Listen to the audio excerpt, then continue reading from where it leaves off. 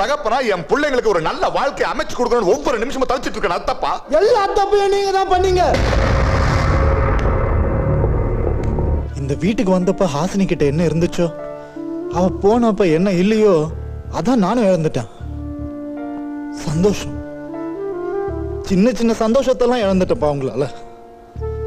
நீங்க எப்போ உங்க பையனை பெரிய ஆளாக்கணும், அவனுக்கு ஒரு நல்ல லைஃப் அமைச்சு தரணும் தான் நினைப்பீங்க.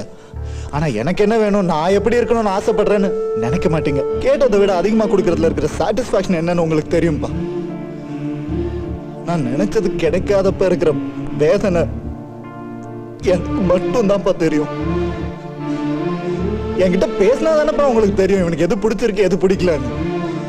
எதுவா இருந்தாலும் என் ஃப்ரெண்ட்ஸை கூப்பிட்டு பேசுறீங்க, என்கிட்ட பேசுங்கப்பா, என் கண்ணை பார்த்து சொல்லுங்கப்பா, ஃப்ரெண்ட்லியா இருங்கப்பா. என்கிட்ட கோபம், ஃப்ரஸ்ட்ரேஷன், வெறுப்பு யார் மேல காட்டுறது எப்படி காட்டுறதுன்னு தெரியாம ஒரு நாள் அம்மாவை கூட கத்திட்டு